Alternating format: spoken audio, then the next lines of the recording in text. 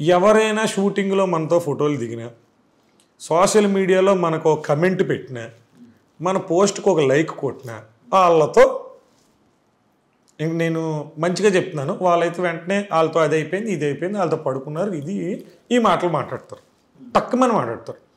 అలా చాలామందికి మెసేజ్లు కూడా పెట్టారంట నా సోషల్ మీడియాలో లైకులు కమెంట్లు కొట్టిన వాళ్ళకి.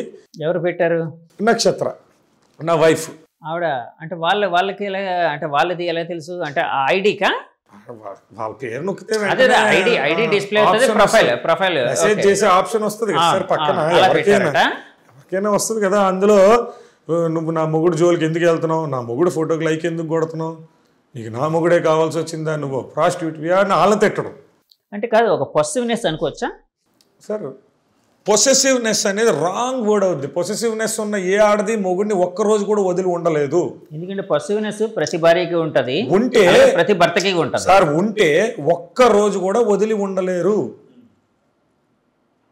ఇప్పుడు 4 సంవత్సరాలు వదిలేసి ఉన్నావు, నువ్వు ఊహించుకుంటున్నావు ఇంతమందితో తిరిగి ఉంటాడు, అంతమందితో తిరిగి ఉంటాడని. ఎందుకంటే నీకు ఇన్ఫీరియారిటీ ఏంటంటే నా మొగుడు బాగుంటాడు నీకు తెలుసు, సో ఖచ్చితంగా వీడితో ఏదో ఒక అమ్మాయి తిరుగుతుంది. ఎందుకంటే నీకు ఫోటోలకు అమ్మాయిలు లైకులు కొడుతున్నారు, సోషల్ మీడియాలో ఎవరైనా కొట్టచ్చు, కమెంట్లు పెడుతున్నారు, యువర్ హ్యాండ్సమ్ అనో యువర్ బ్యూటిఫుల్ అనో కమెంట్లు పెడుతున్నారు. సో నీకు ఇంక అనుమానం, అమ్మో వీడు తిరిగేస్తున్నాడు. అనుమానం రావడానికి మీ వైపు నుంచి ఏమైనా చర్యలు అలాంటివి ఏమైనా అనుమానం ఆవిడలో రేకెత్తించాయా? లేకపోతే అంటే నా భర్త హ్యాండ్సమ్గా ఉంటాడు కాబట్టి అమ్మాయిలు వెంటపడే అవకాశం ఉంది, లేకపోతే నా భర్త వెంటపడతాడు, ఇలాగని ఏమైనా అంటే ఆవిడ అనుకోవడానికి? బేసిక్గా relations stand on trust. A relation అయినా ట్రస్ట్ మీదే, అదేమంటారు, నమ్మకం మీదే నిలబడతాయి కదా. ఫస్ట్ ఆఫ్ ఆల్ అనుమానం పడాలని ఫిక్స్ అయిన తర్వాత ప్రతీదీ అనుమానమే. ఇంట్లో పని వాళ్ళతో కూడా అనుమానమే అవుతుంది. అనుమానం అనేది పడాలని డిసైడ్ అయితే, ఇప్పుడు నేను కూడా ఆమెను అనుమాన కోణంలో చూస్తే, ఇప్పుడు ఒక ఎగ్జాంపుల్ అనుకుందాం. నిన్న ఈ అమ్మాయికి ఇంతమంది సపోర్ట్ ఎలా వచ్చింది, అసలు వాళ్ళకి ఏదో ఉందని నేను అనుమానం పడితే, ఇప్పుడు మీడియా వాళ్ళు కాకుండా ఎవరో చాలామంది మగవాళ్ళు వచ్చారు కదా అందులో, నేను అనుమానం పడితే నా చీప్గా ఆలోచించడం కూడా రావట్లే. ఇప్పటికీ నేను ఆమె మీద ఒక్కసారి కూడా క్యారెక్టర్ ఎలిగేషన్ చేయలే. నేను అనేది ఓకే సార్, అంటే మీ వైపు నుంచి తేజ గారు మీ వైపు కాదు, అంటే మీ వైపు నుంచి ఎప్పుడైనా ఆవిడ ఉండగా ఎవరినైనా పొగడ్డం, ఎవరైనా స్త్రీలను పొగడ్డం, ఇప్పుడు అనుమానం ఎలా స్టార్ట్ అవుతుంది అంటే భార్యల్లో లేకపోతే మనకు కావాల్సిన వాళ్ళలోని ఎదురు వ్యక్తిని చూసి పొగుడుతూ ఉండడం, ఎదుటి స్త్రీని చూసి పొగుడుతూ ఉండడం, లేకపోతే ఇంకోటి ఏదో చేయడం, అలాగే ఏమైనా ఆ విధంగా ఏమైనా స్టార్ట్ అయిన అవకాశాలు అంటే అలాంటి సంఘటనలు ఏమైనా ఉన్నాయా? మరి అంటే మీరు అలా అంటే కాదు, ఎప్పుడైనా పొగిడారా అలాగా? పోనీ ఎవరిని? మీ భార్య ఎదురుగా వైఫ్ ముందు ఇంకొక అమ్మాయిని పొగుడుతూ అంత అవకాశం ఏ హస్బెండ్కైనా ఉంటుంది. అందులోకి ఇంత వైల్డ్గా బిహేవ్ చేసే వైఫ్ దగ్గర, ఇంత డామినెన్స్ ఉన్న వైఫ్ దగ్గర క్వశ్చనే ఉండదు సార్. అది పిచ్చిదానం. డామినేషన్ అన్నారు కదండి. ఒకటే సింపుల్ ఎగ్జాంపుల్ అండి. 4 ఇయర్స్ కలిసి 4 ఇయర్స్ వదిలేండి, ఇదేదో ఫ్యాన్సీ నెంబర్లో అస్తమానం చెప్తున్నాను అనుకోకటి. 10 రోజులు కలిసి ఉండకపోయినా అనుమానం పడతారు. ఇప్పుడు ఎందుకు అనుమానం చెప్తాను. ఇప్పుడు స్టార్టింగ్లో నీకు నాకు గొడవలు అయ్యేవి, కలిసి ఉన్న రోజుల్లో బోల్డ్ సార్లు పాపను తీసుకుని వెళ్ళిపోయేదాన్ని. 2 రోజులు కూడా ఉండలేక నీకు ఫోన్ చేసేవాడిని. రెండోసారి గొడవ అయింది, ఈసారి కొంచెం స్టబ్బర్గా ఉన్నాను, 5 డేస్ తర్వాత ఫోన్ చేసి. అలా ఒక 100 గొడవలు అయిన తర్వాత లాస్ట్గా జరిగిన ఇన్సిడెంట్లో మంగళసూత్రాల ముఖం మీద కొట్టిన తర్వాత వెక్స్ అయిపోయి, నేను నీకు 1 సంవత్సరమో 2 సంవత్సరాలు నువ్వే తెలుసుకుంటావు నీ తప్పని వదిలేస్తే, నువ్వు దాన్ని ఎలా కన్వర్ట్ చేసుకున్నావు అంటే, మామూలుగా నా మొగుడు నన్ను వదిలి 2 రోజులు కూడా ఉండలేడు, ఇన్ని రోజులు ఉంటున్నాడంటే ఎవరో తగులుకున్నారు, అది కూడా అనుమానం. సో అనుమానం రైజ్ అయ్యి ఎలా ఉండొచ్చు అని అడుగుతూ అంటే ఎగ్జాంపుల్ చెప్తున్నాను. సరే కాదు, ఎందుకంటే నన్ను అన్న మాటలే. అదే నేను అనేది యాక్చువల్గా ఆమె కొన్ని ప్లే చేసిన లేకపోతే మీడియాకి కొంత సబ్మిట్ చేసిన రికార్డ్స్లోని, ఫోన్ కాల్స్, ఫోన్ ఆడియో రికార్డ్స్లోని మీరు ఆమెతో మాట్లాడుతూ ఉన్నట్టు ఒక ఆడియో అయితే ఉంది. అందులో నాకు ఉన్నది మీ వాయిసా? ఫస్ట్ ఆఫ్ ఆల్ వినలేదు సార్, నేను ఓపెన్గా చెప్తున్నాను. ఫస్ట్ ఆఫ్ ఆల్ వినలేదు. అంటే మీడియాలో వినడం కాదు, అది నాకు ఏ మీడియా వాళ్ళైనా నాకు డైరెక్ట్గా ఒకసారి వాట్సాప్ చేస్తే నేను వింటాను అది కరెక్ట్గా నేనా కాదు అనేది. ఫస్ట్ థింగ్, ఒకవేళ నా వాయిస్ అయ్యుండుంటే, మాట్లాడి ఉండుంటే ఎందుకంటే నా వైఫ్తో అంటున్నారు కాబట్టి, వేరే వాళ్ళతో అయితే కాదని ఛాలెంజ్ చేద్దును, నా వైఫ్తో మాట్లాడాను అంటున్నారు కాబట్టి, ఒకవేళ అది ఫోన్ కాల్ అయితే హాయ్ నుంచి హెలో వరకు కావాలి. లాస్ట్ మధ్యలో ఎడిటెడ్ది అది నేను నిజంగా తప్పు మాట్లాడినా నేను దాన్ని ఒప్పుకోను. ఎందుకంటే ఆవిడకి ఆ బుద్ధి ఉందన్నది మీకు ఈరోజు తెలుసు, నాకు 4 ఏళ్ల క్రితం నుంచి తెలుసు. ఆవిడ ఎడిటింగ్ మ్యాజిక్లు, ఈ సింపతి ఉమెన్ కార్డులు ఇవి చేస్తుంది. అంటే ఇప్పుడు మీడియా కానీ నా పేరెంట్స్ దగ్గరికి వెళ్ళి ఇలానే చేస్తారు, నన్ను బ్యాడ్ చేస్తారు. చూడండి మా గారు అని ఏడుపు. ఇది ఇప్పుడు 4 years నుంచి చాలాసార్లు జరిగిన విషయాలు. ఏంటండి నా ఫ్రెండ్స్కి ఫోన్ చేయడం, నా రిలేటివ్స్కి ఫోన్ చేయడం, నన్ను ఎన్ని లక్షల మంది దగ్గర చెడ్డ చేయాలో ఈ 4 ఏళ్లలో అంతమంది దగ్గర only fake allegation and women కార్డును వాడుకుని చేశారు. ఇంకొక విషయం చెప్పాలంటే పాపని చూడ్డు, పాపని పెంచడు. పాప విషయం వచ్చింది కాబట్టి ఒక ఆడియో కంప్లీట్ చేయండి. ఏమవుతుందంటే వినే వాళ్ళకి ఎవరికైనా చిన్నపిల్ల ఆడపిల్ల, సో వీడు దుర్మార్గుడు. ఆన్ గ్రౌండ్ ఏంటంటే ఫ్యాక్ట్ తెలుసుకోవాలి మీరు ఎవరైనా. పాప నేను ఇప్పుడు కూడా చెప్తున్నాను, వాళ్ళు ఎలిగేషన్ వేసారని నేను వాళ్ళని ఒక్కటి కూడా అనట్లేదు రా బాబు. మేము చాలా ప్రేమగా ఉన్నాం, 5 ఏళ్ళు బాగున్నాం, ఇండియా మొత్తం తిరిగాం, we had the best life, చాలా ఎంజాయ్ చేసాం మేము లైఫ్. వీక్లీ వన్స్ కంపల్సరీగా సినిమా చూస్తాం, ఇద్దరికి సినిమా పిచ్చి ఉంది. ఏ సినిమా రిలీజ్ అయినా పెద్ద హీరోవా చిన్న హీరో సంబంధం లేదు, సాటర్డే వస్తే సినిమాకి వెళ్ళాల్సిందే పక్కా స్టాంప్. సెకండ్ షోకి మేము సినిమాకి వెళ్తాం. సండే వస్తే పాపని తీసుకుని బయటికి వెళ్తాం, ఉడా పార్కో శివాజీ పార్కో ఏదో ఒక పార్కు, బీచ్, ఎక్కడో ఒక దగ్గరికి వెళ్తాం. శాలరీ వచ్చిన రోజు షాపింగ్కి వెళ్తాం, డ్రెస్సులు కొనుక్కుంటుంది, మాల్కి వెళ్తాం. ఇంతకన్నా ఒక సెంట్రల్ గవర్నమెంట్ ఎంప్లాయీ లైఫ్లో ఎంజాయ్ చేయడానికి ఏముండదు. చేసాం, తాహతకు మించిన ఎంజాయ్మెంట్లు కూడా చేసాం. ఏం సేవ్ చేసుకోవాలా, మనీ ఎంజాయ్ చేసాం. ఇప్పుడు మనీ సేవ్ చేసుకోవాలా, ఎందుకంటే మనీ సేవ్ చేయాలంటే అది ఉమెన్ దగ్గర ఉండాలి ఆ పవర్. అది మేము ఎంజాయ్ చేయడానికి ప్రిఫర్ చేసాం. ఓకే మా పేరెంట్స్ తిట్టారు అయినా మాకు పర్వాలా, ఎందుకంటే తన హ్యాపీనెస్ నేను ఎప్పుడు కోరుకునేవాడిని, ఎంజాయ్ చేయాలి ఏది కావాలితే కొనుక్కొని అని. నేను కూడా పోటీ పడతా ఉండేవాడిని. అలాంటి ప్రపంచంలోకి నెట్టారు. వాళ్ళ మదర్ ఇది కొంటే దానికన్నా ఈడు బెటర్ కొనాలి, వీడికన్నా వాళ్ళ అమ్మ బెటర్ కొంటుంది. మళ్ళీ నేను కొన్నదానికి ఈవిడ వాల్యూ ఇచ్చేది కాదు. అమ్మో అని నేను అప్పు చేసైనా దానికన్నా వాల్యుబుల్ది కొనేవాడిని. మళ్ళీ ఆవిడ కొనేస్తుంది, సింపుల్గా ఆవిడ కొనేసేది. మళ్ళీ నేను ఈవిడ ఇలా పక్కన పడేసేది నేను ఇచ్చింది. అయ్యే బాబో ఇలా ఈ లోపల నాకు జరిగిన చాలా, అది ఏమంటారు కరెక్ట్ వర్డ్, ఈ సంఘర్షణ ఏదో ఫైటింగ్ సంథింగ్, ఇవన్నీ నేను వెక్స్ అయిపోయానండి. I have faced an number of problems in my life. నా ఫ్యామిలీ లైఫ్లో చాలా ప్రాబ్లమ్స్ ఫేస్ చేశాను. కానీ ఈ రోజుకి నాకు ఆమె మీద కంప్లైంట్ చేయకపోవడానికి, నన్ను అమ్మనా బూతులు టీవీల్లో తిడుతున్నా కూడా వాళ్ళని తిట్టకపోవడానికి రీజన్ ఏంటంటే, ఏమో ఏ రోజుకైనా మళ్ళీ మేము కలిసిపోతే ఇవి అడ్డు ఉండకూడదు. నువ్వు నన్ను తిట్టావు చూసావా అనేది ఇంకో గొడవకు రీజన్ అవుద్ది.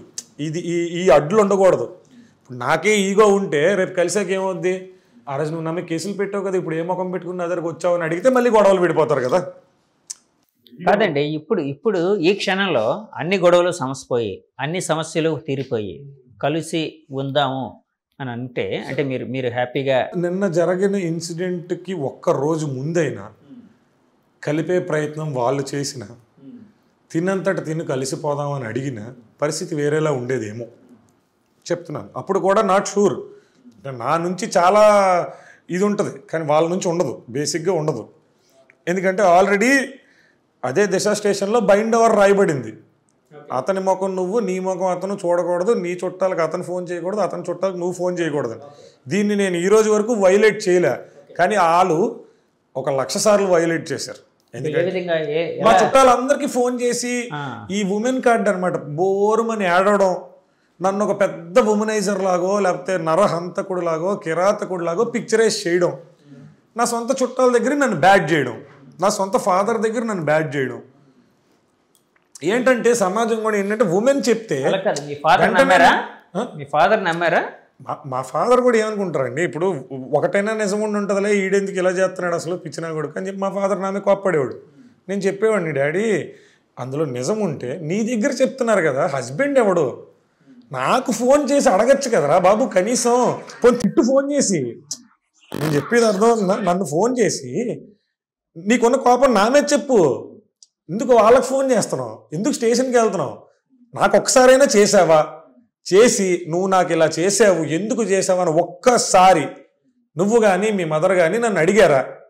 మీరు ఎప్పుడు ఎంచుకునేది third person way, either police or courts, ఇప్పుడు మీడియా. ఇప్పుడు ఇది అయిపోతే మళ్ళీ she'll start searching for a new route. కాదు, ఇప్పుడు కలవడానికి సిద్ధంగా లేరా మీరు?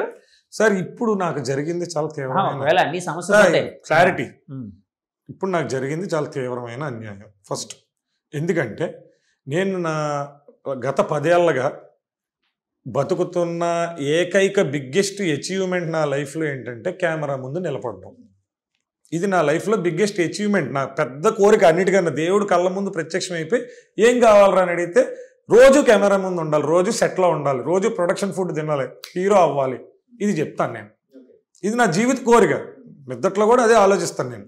అలాంటి వాడిని ఒక్క పూటలో ఎంత డీఫేమ్ చేసి పడేశారంటే, ఎంతో బయట సమాజంలో చాలా రెస్పెక్టెడ్ పేరున్న నన్ను, గూగుల్లో కొట్టినా కూడా హ్యాష్ట్యాగులు ఉన్న నన్ను మీరు తీసుకెళ్ళి ఇప్పుడు గూగుల్లో పేరు కొడితే పిచ్చి పిచ్చి వీడియోలు వచ్చేలాగా, అసలు సమాజంతోనే సంబంధం లేని ఎవరెవరో సోషల్ వెల్ఫేర్ వాళ్ళంట, ఇంకోలంట మీడియాలో కూర్చొని ఆవిడెవరో చెప్తే ఫిలాంథ్రఫిస్టే అంటాడు.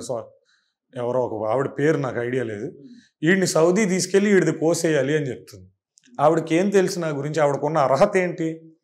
నువ్వు మీడియాలో కనబడాలి, నువ్వు ఫేమస్ అవ్వాలనుకో, ఇంకో రీజన్ ఏదైనా ఎత్తుక్కోండి అమ్మా. నాది కాదు, నీకు నా గురించి ఏమీ తెలీదు. గట్టిగా అడుగుతాను టక్కమని నా కళ్ళ ముందు నేను ఏ రోజు పుట్టాను, ఏ టైంకి పుట్టాను, ఏ డేట్కి పుట్టాను, నా పేరు చెప్పి నా గురించి మాట్లాడు. ఏం తెలుసు నీకు? నా ఫ్యామిలీ బ్యాక్గ్రౌండ్ ఏం తెలుసు? నేను ఎక్కడ పుట్టానో తెలుసా? ఎలా పెరిగానో తెలుసా? మేము హ్యాపీగా ఉన్నామో లేదో నీకు తెలుసా? ఏం మాట్లాడతావు? ఉమెనైజర్ అని ఆవిడ చెప్పింది, ఆవిడ ఒక ఎలిగేషన్ వేసిందని టీవీయే చెప్తున్నారు, అది ఎలిగేషను. నువ్వు ఎలా మాట్లాడుతున్నావు నీకు తెలుసా? లేదంటే నేను మిమ్మల్ని ఎప్పుడైనా ట్రబుల్ చేశానా? ఎలా చెప్తున్నావు? పోనీ వద్దండి, 30 మంది అమ్మాయిలు, ఒక 2 అమ్మాయిలు తీసుకొచ్చి టీవీలో కూర్చోబెట్టి లైవ్ డిబేట్ చేయండి, తేజ మోసం చేశాడు నన్నని. లేదా ఆ వాయిస్ రికార్డింగ్స్ ఉన్నాయి కదా, ఆ రికార్డింగ్లో ఉన్న ఏ ఒక్కళ్ళైనా టీవీలో తెచ్చి కూర్చోబెట్టండి, ఈ రికార్డింగ్లో ఉన్న వాయిస్ నాదే, తేజ నాతో తప్పుగా బిహేవ్ చేశాడు అని చెప్పండి ఎవరినైనా. బయట ఎంత మంచి పేరు ఉంది, ఎవరు తేజ, నేను చూస్తాను ఎవరిదో అది. నేను ఎవరికి అన్యాయం చేశానో నాకు కూడా తెలియకుండా చూద్దాం, పోనీ నేను తెలుసుకుంటాను, తీసుకుని వచ్చి చేయండి. ఎలిగేషన్ వేయడం కాదు, ఆమె ప్రొడ్యూస్ చేసిన ఆడియోలో ఉన్న ఏది మీకు సంబంధం లేనిది అని అంటారా సార్? ఫస్ట్ ఆఫ్ ఆల్ కదా అదే అంటున్నారా? ఫస్ట్ ఆఫ్ ఆల్ తప్పు లేదంటున్నాను నేను. సంబంధం లేదంటే నేను వినలేదు. ఫస్ట్ థింగ్ చెప్పారు, విన్న వాళ్ళు చెప్పారు, ఇలా అంటున్నారు అలా అంటున్నారు, ఏదో రిలేషన్ అవగాహన ఉంటది కాబట్టి ఏదో రిలేషన్ కి లింక్ పెడుతున్నారు. ఒక మీ కజిన్ అయ్యే ఒక మా మదర్ తో మాట్లాడిన రికార్డింగ్ ఏదో పెట్టారంట. నేను అన్నాను మా మదర్ తో మాట్లాడే క్వశ్చనే లేదు, షీఈ్ ఆన్ బైపాప్ మిషన్, ఆవిడ నాతో మాట్లాడే పరిస్థితిలోనే లేదు, present under treatment, serious condition. ఈ వీడియోలు చూసింది ఇంకా ఎక్కువ అయిపోయింది బ్రీతింగ్ ప్రాబ్లంలో. యాక్చువల్గా ఇంకొక వీడియో కూడా, అంటే ఇంకొక ఏదో నేను చూసాను, అందులో మీ మదర్తో ఆవిడ మాట్లాడితే ఆవిడని కూడా మీరు మందలించారని, లేకపోతే ఆవిడ మీద కోప్పడ్డారని, ఏదో ఒక తమ్నైల్లో అయితే కొట్టారని కూడా పెట్టారు. తమ్నైల్ చూడకండి సార్ అస్సలు. కాదు అంటే మీరు అంటూ ఉంటే, అంటే నేను అడుగుతున్నాను, మీ మదర్తో అదే ఇప్పుడు అంటున్నారు కదా, మీ మదర్తో ఈ సంఘటన జరిగిన తర్వాత మాట్లాడడం జరిగిందా లేదా?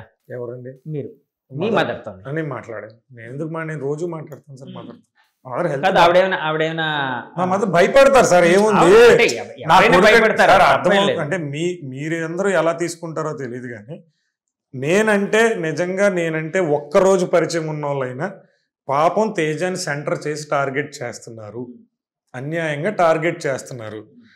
వీడు భయపడుతున్నాడో ఏంటో, వీడు బయటకు వచ్చి మాట్లాడట్లేదు, వీడికి ఏం జరుగుతోంది అని నాకు ఫోన్లు చేస్తున్నారు. యాక్చువల్గా ఏం జరిగింది, ఆ రోజు నా ఆఫీస్ తాళాలు లాక్కెళ్ళిపోయారు, ఛార్జర్స్ లోపల ఉన్నాయి, ఫోన్ స్విచ్ ఆగిపోయింది. చాలామంది ట్రై చేశారు, తెలియలేదు. సాయంత్రానికి ఫోన్ స్విచ్ ఆన్ చేయగానే ఎయిర్టెల్లో మెసేజ్లు వచ్చినాయి, ఈ నెంబర్ ట్రై చేశారు, అందరికీ నేనే తిరిగి చేశాను. కొంతమంది లిఫ్ట్ చేశారు, కొంతమంది లిఫ్ట్ చేయలేదు. ఈ రోజుకి ఫోన్లు చేస్తూనే ఉన్నారు. అందరూ కూడా తెలుసు సార్, తేజ తెలిసిన వాళ్ళకి తేజ క్యారెక్టర్ తెలుసు, ఆ అమ్మాయి చుట్టాలకు కూడా తేజ క్యారెక్టర్ తెలుసు. ఎందుకు ఆ అమ్మాయికే తెలుసు తేజ క్యారెక్టర్, ఓకే. కానీ బయటకు వచ్చి బురద జల్లాలంటే మన చేతిలో బురద ఉండాలి కదా, క్రియేట్ చేసుకోవాలి. మీరు బురద జల్లడం అంటున్నారు కదా సార్, ఒక ఎగ్జాంపుల్ ఒక్కటి చెప్తాను సార్, ఒక్కటి చెప్తాను. స్టేషన్లో డొమెస్టిక్ వైలెన్స్ డౌరీ హెరాస్మెంట్ పెట్టారు. ఇదే కదా పెడతారు అందరూ. కొన్ని వందల కేసులు. అంటే నేను ఈ మధ్య కోర్టుకి వెళ్తున్నాను కదా, ఒక 6-7 వాయిదాలకు వెళ్ళాను. నా పక్కన నించునే వాళ్ళందరూ పాపం ఇదే తోవ, ఈ భార్య బాధితులే అందరూ ఇదే. చిన్న గొడవ వస్తే dowry harassment, domestic violence, rules laws ఉన్నాయి వాళ్ళకి. అందులో కొంతమంది నిజాయితీగా ప్రాబ్లం పెట్టుకుని ఉంటారు, కానీ ఆ పదానికే బయట మార్కెట్లో వాల్యూ లేకుండా అయిపోవడానికి రీజన్ ఏంటంటే కామన్. నేను వెళ్ళినప్పుడే నా పక్కన నా నంబర్ ఎప్పుడు 34, 38, 40 వస్తుంది సార్. 2-3 అవర్స్ వెయిట్ చేస్తూ ఉంటాను. అంటే నా ముందున్న వాళ్ళందరూ ఇదే. అది ఫ్యామిలీ కోర్టు. నా ముందున్న వాళ్ళందరూ ఇదే. ప్రతి ఒక్కడ అబ్బాయి వాళ్ళ పేరెంట్స్ అక్కడ గోల. వీడేదో బాగుంటాడని చూడమ్మా, అమ్మాయికి ఇచ్చి పెళ్లి చేసాం, ఇప్పుడు ఆస్తిలో సగం అడుగుతుంది, కొట్టేయడానికి కేసులు పెడుతుంది, అరెస్ట్ చేయిద్దామని చూస్తుంది, మా వాడు ఫ్యూచర్ పాడైపోతుంది, నెలకు 2 రోజులు సెలవు పెట్టి కోర్టులు స్టేషన్లు చుట్టూ తిప్పిస్తున్నారు అని ప్రతి పేరెంట్స్ గోల అక్కడ. అంటే నేను అందరు అబ్బాయిలు రైట్ అనట్లా, నేను కూడా కాదేమో ఎవరికి తెలుసు, కానీ జనరల్గా ఇదే జరుగుతుంది నేను చూసినంతవరకు అయితే. ఇది అందరికీ తెలిసి ఉంటుంది, మీకు కూడా తెలుసు. ఎందుకంటే మీడియా వాళ్ళు న్యూస్ల్లోనే ఆల్మోస్ట్ రోజుకో 10-15 కనిపిస్తూ ఉంటాయి సేమ్. ఏ కాలంలో బతుకుతున్నాం సార్ మనం? డౌరీ ఇవ్వకపోతే పిల్ల కాదు సార్, డొమెస్టిక్ వైలెన్స్ అంటున్నారు. ఏ కాలంలో బతుకుతున్నాం సార్? ఒక్క 1902 అని ఫోన్ కొడితే 1 సెకండ్లో షీ టీమోలో, దిశ టీమోలో 1 సెకండ్లో ఇంటికి వచ్చి న్యాయం చేసే ప్రజెంట్ జనరేషన్లో ఏ మొగాడికి కూడా ధైర్యం కూడా రాదు ఇంట్లో పిల్లాన్ని కొట్టడానికి. ఆ అమ్మాయి నాకు కావాలనుకుంటే. అంటే కొంతమంది ఏవో ఏకంగా వస్తున్నాయి, వాళ్ళ గురించి నాకు తెలియదు, కానీ జనరల్ ఫ్యామిలీ అంటే మాది. నేను అందుకే చెప్తున్నాను కదా, మాకు అంత తన్నుకునే గొడవలు లేవు. మరి చిన్న గొడవలు డిస్టెన్స్ మీరు పెంచుకుంటున్నారు. అలా కాదు. ఇప్పుడు ఇప్పుడు ఒక ఎగ్జాంపుల్ చెప్పండి. నిన్న చేసిన సంఘటన డిస్టెన్స్ పెంచేదా కాదా? కలిసేలా చేసేదా, డిస్టెన్స్ పెంచేదా? ప్రతిదీ డిస్టెన్స్ పెంచేది. సరే, కాదని అనుమానమే ఉంది అనుకుందాం. ఇక్కడ ఒక అమ్మాయి ఉంది, నీకు అనుమానమే ఉంది. అనుమానం కాదు, పక్కా ఇన్ఫర్మేషనే ఉంది. పెళ్లి అయిపోయిందో అని ఏదో ఇన్ఫర్మేషన్ పక్కాగా ఉందనుకో, మీడియా కాకుండా మీ చుట్టాలనో, పోలీసులనో, నువ్వో, లేకపోతే నాకు ఫోన్ చేయడమో, మా పేరెంట్స్నో తీసుకొని రావచ్చు కదా, కూర్చోబెట్టి మాట్లాడచ్చు కదా. నీకు కావాల్సింది నేను ఎదవని అవడం. అది అప్పుడు కూడా అవుతాను కదా ఒకవేళ అది తప్పే అయితే. అంటే నేను ఎదవని కాకపోయినా ఎదవలా కనబడాలి. అందుకు ఎంచుకున్న రూట్ మీడియా. ఎందుకంటే వాళ్ళకి తెలియదు కదా నిజాలు, వాళ్ళకి నువ్వు చెప్పేదే చూపిస్తున్నారు.